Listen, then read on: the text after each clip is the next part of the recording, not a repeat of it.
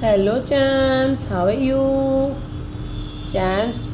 आज हम क्लास 8 का मैथ्स करने वाले हैं। प्रैक्टिस सेट नंबर 1.1 हो चुका है हमारा, है ना।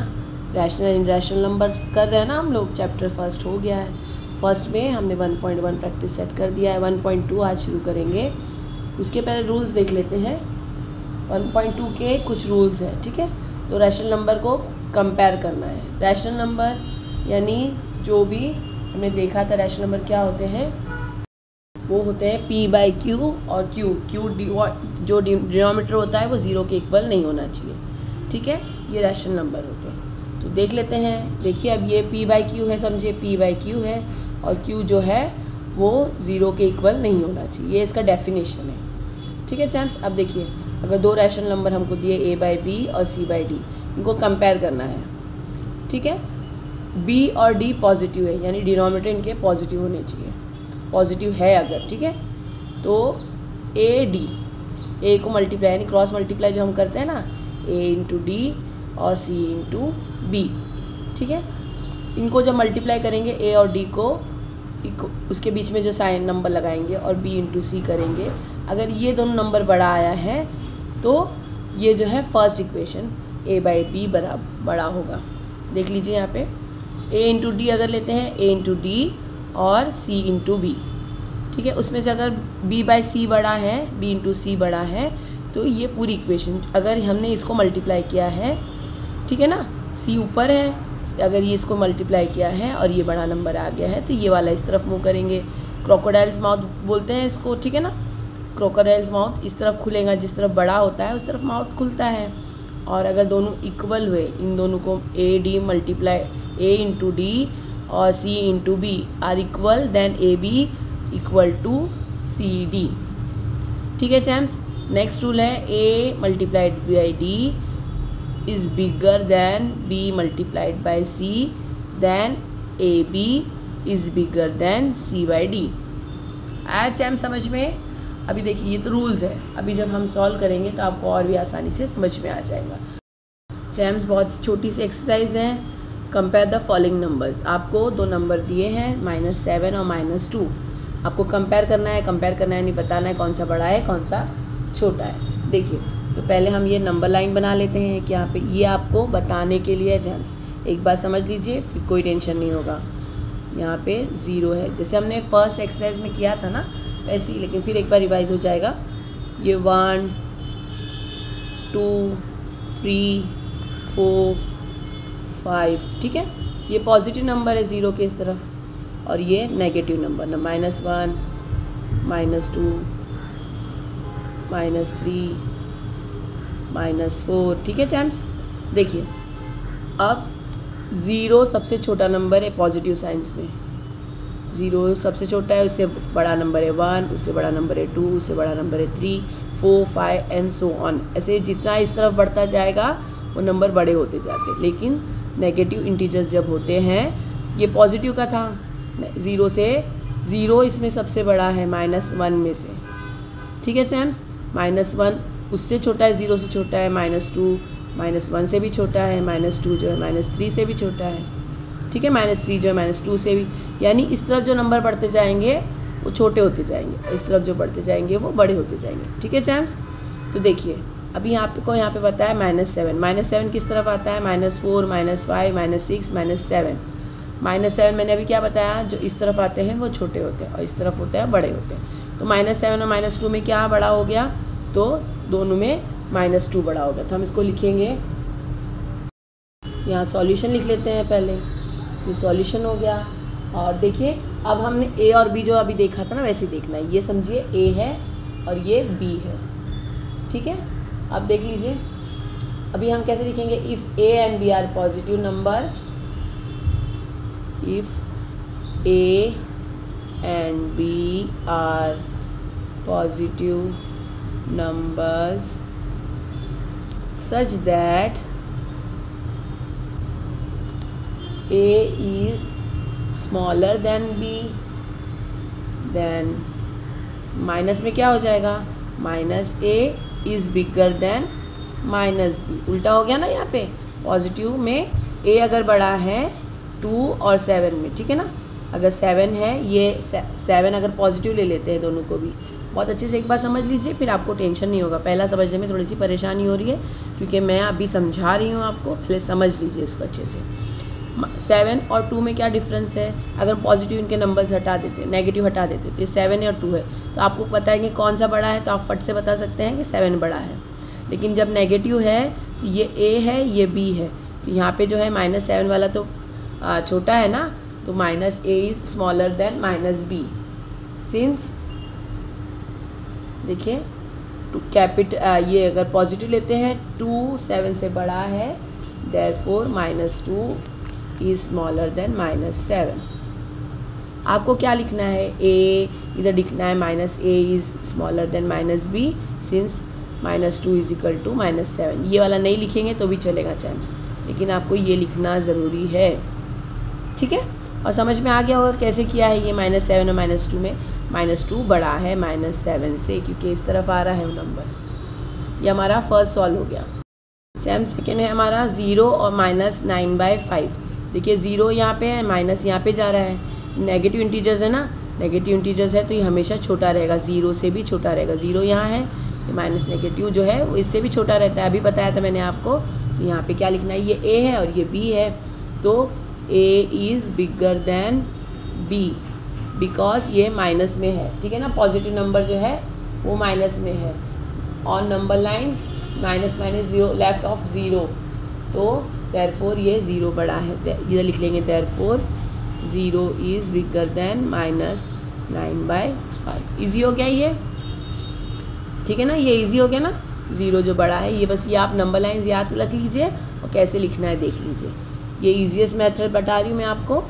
थर्ड देख लेते हैं। थर्ड है इसका 8/7 और 0 है, ठीक है चैम्स। देखिए अब 8/7 और 0, तो 0 जो है वो इस तरफ आता है, उसके बाद में पॉजिटिव में ना, नेगेटिव होगा तो इस तरफ आता है। पॉजिटिव बड़ा है तो यहाँ पे b बड़ा है, ठीक है ना। यहाँ पे लिखेंगे b is a smaller than b, therefore 8/7 is bigger than 0। ये आ जाएगा, sorry, a is bigger than b, ये a is bigger than b, ठीक है ना चांस, क्योंकि 8/7 पॉजिटिव है इसलिए आ गया ये, और 8/7 इज़ पॉजिटिव है, 0 से बड़ा नंबर हो जाएगा, तो ये आ गया बड़ा नंबर। ये आपका थर्ड भी सॉल्व हो गया। कितने इजीली हो रहा है फटाफट, ठीक है ना। और समझ में आ रहा है आपको, मेरे हिसाब से तो पूरी तरह से मैंने समझाया है। यहाँ पे फोर्थ कर लेते हैं ताकि नंबर लाइंस आपको यहीं पे दिखाई दे।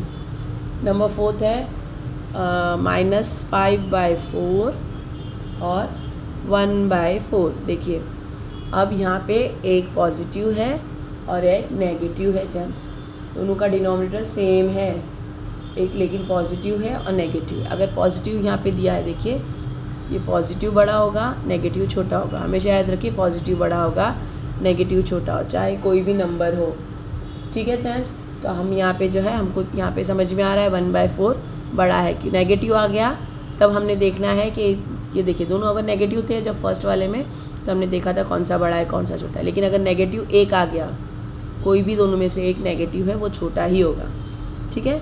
इधर लिखना है आपको, ये b बड़ा है ना, तो a is smaller than b, therefore -5/4 is smaller then 1/4, ठीक है चैम्स। आ गया ये समझ में? इजी तो है बहुत, और मेरे चैम्स बहुत स्मार्ट हैं, सब लोग सीख लेंगे, एकदम से फट से हो गया। फिफ्थ अब देख लेते हैं। फिफ्थ क्वेश्चन है हमारा 40/29 और 141/29। देखिए दोनों का डिनोमिनेटर सेम है, तो अब इसमें से हमको डिनोमिनेटर अगर सेम है तो हमने ऊपर वाले देखना नंबर, इसमें से दोनों कौन से बड़े हैं, तो 141 बड़ा है। तो यहाँ पे लिखना है a is smaller than b, therefore 40/29 is smaller than 141। Crocodile mouth बनाना है, इसको क्रोकोडाइल माउथ बोलते हैं चैम्स, ठीक है ना। जिस तरफ भी मुंह हो क्रोकोडाइल माउथ उस तरफ जाता है, यानी जो नंबर बड़ा होता है उस पर वहाँ पे वो क्रोकोडाइल माउथ जाता है, ठीक है। ये तो समझ में आ गया ना। पॉजिटिव नंबर जहाँ होंगे तो उसमें हमने कंपेयर करना है दोनों के डिनोमिनेटर सेम होने चाहिए, पॉजिटिव नंबर है तो फिर कंपेयर होगा। अगर पॉजिटिव और नेगेटिव है तब आपको कंपेयर कर देखने की ज़रूरत ही नहीं है। एक भी नंबर अगर इसमें नेगेटिव है तो डायरेक्ट वो छोटा ही नंबर होगा।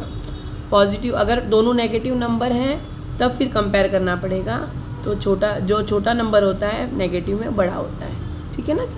-2 इज़ बिगर देन -7, लेकिन अगर पॉजिटिव रहेगा तो 7 इज़ बिगर देन -2, ठीक है चैम्स।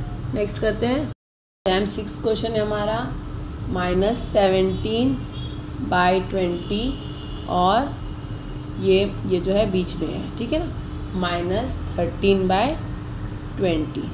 डिनोमिनेटर्स दोनों के सेम है 20, ठीक है।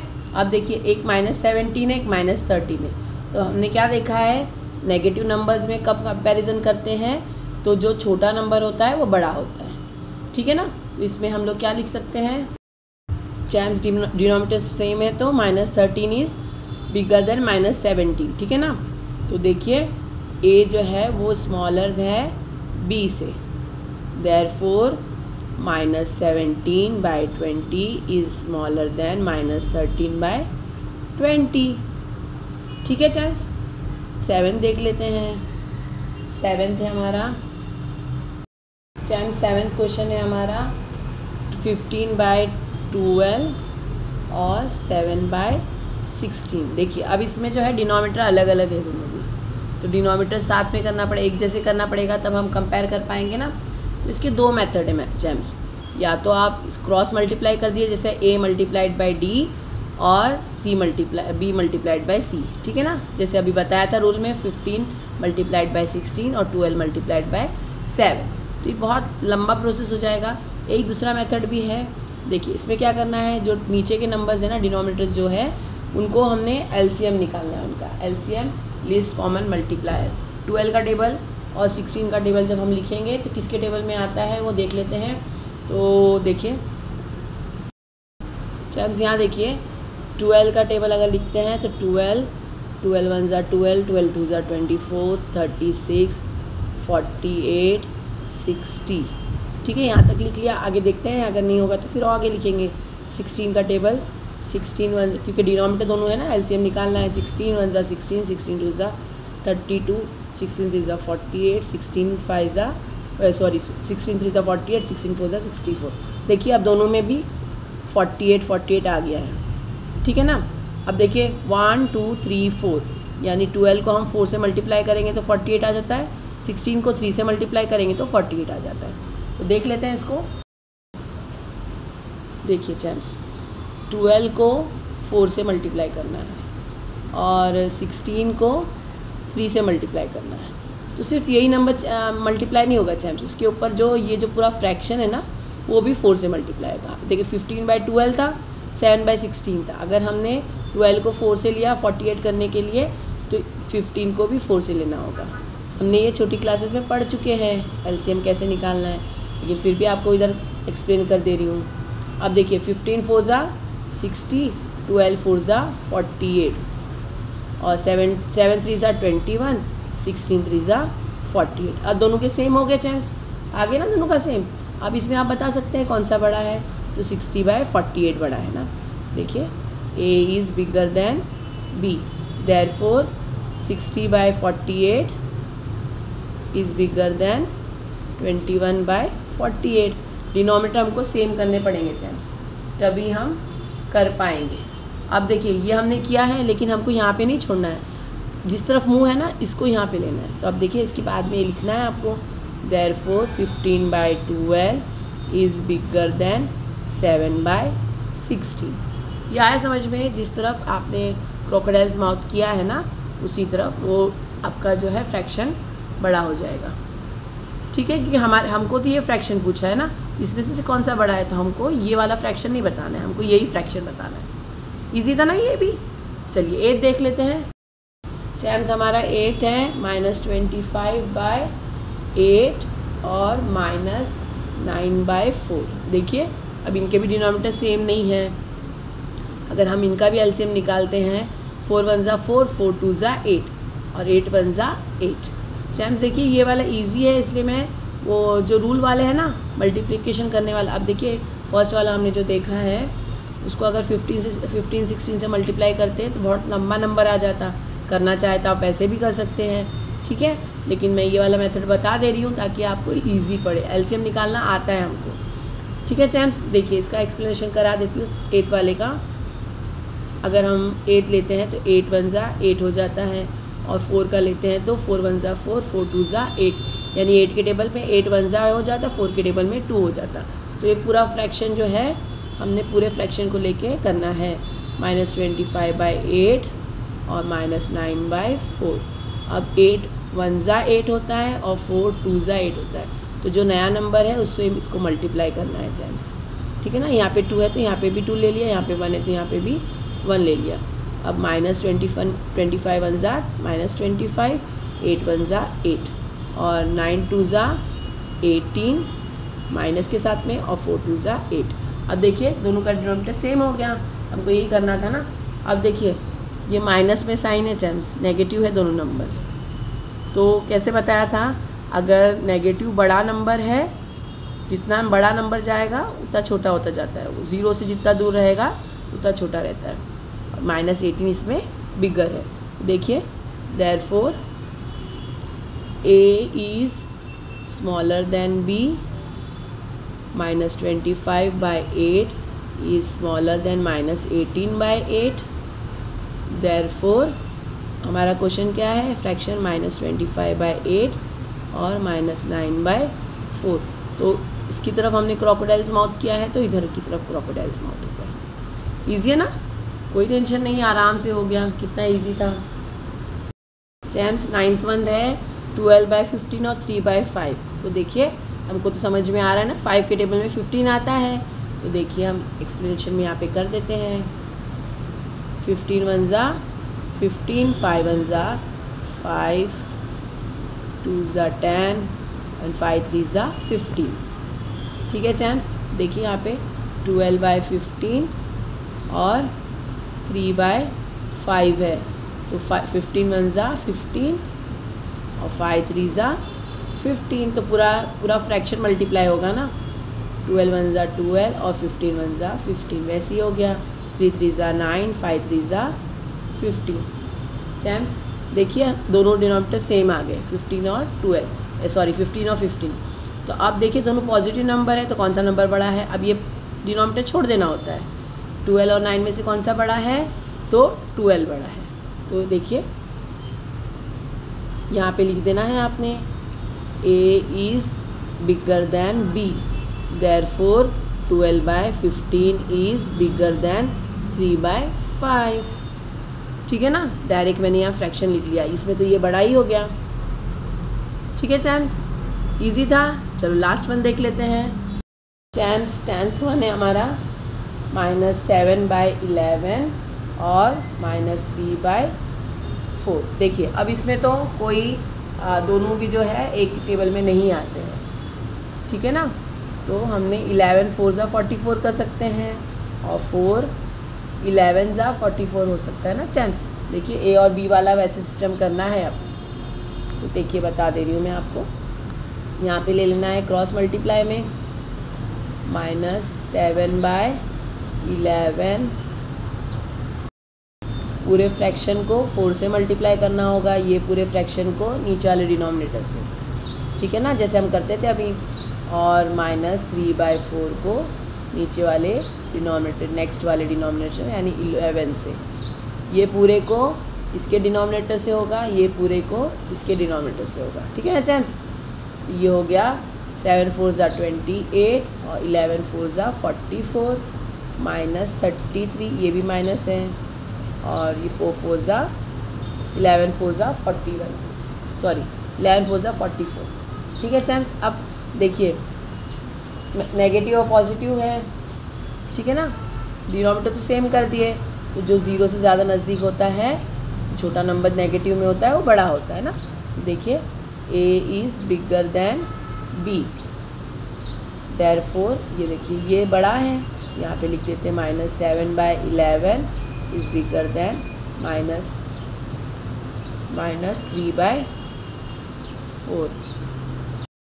चैम्स आ गया समझ में। देखिए इसमें क्या हुआ है, आपको ऐसे देखिए लगेगा कि 7 तो छोटा होता है, मिस ने अभी समझाया -7 जो है छोटा होता है -3 से। लेकिन यहाँ पे जब हमने सॉल्व किया है उसको, क्योंकि डिनोमिनेटर सेम करने के लिए करना पड़ता है ना, तो ये -28 बड़ा होता है। तो ये पूरा जो इस तरफ है राइट में आपके वो b है, और जो ये है वो राइट लेफ्ट में है वो a है। तो अगर इसकी तरफ मुंह आ गया है क्रोकोडाइल का तो इसको ही लेना है। ठीक है चैम्स, आई होप आप लोग को समझ में आ गया होगा बहुत अच्छी तरह से। कंपेयर करना बहुत इजी है। अगर नेगेटिव है तो ज़ीरो से कंपेयर करना है नेगेटिव को तो ज़ीरो हमेशा बड़ा रहेगा। पॉजिटिव से अगर कंपेयर करना है ज़ीरो को तो पॉजिटिव नंबर बड़ा रहेगा। और अगर नेगेटिव में भी चेक करना है कि कौन सा कंपैरिजन करना है कि कैसे उसका कौन सा नंबर छोटा है, तो जो ज़ीरो से दूर होता है जितना दूर होगा उतना वो छोटा होता जाएगा।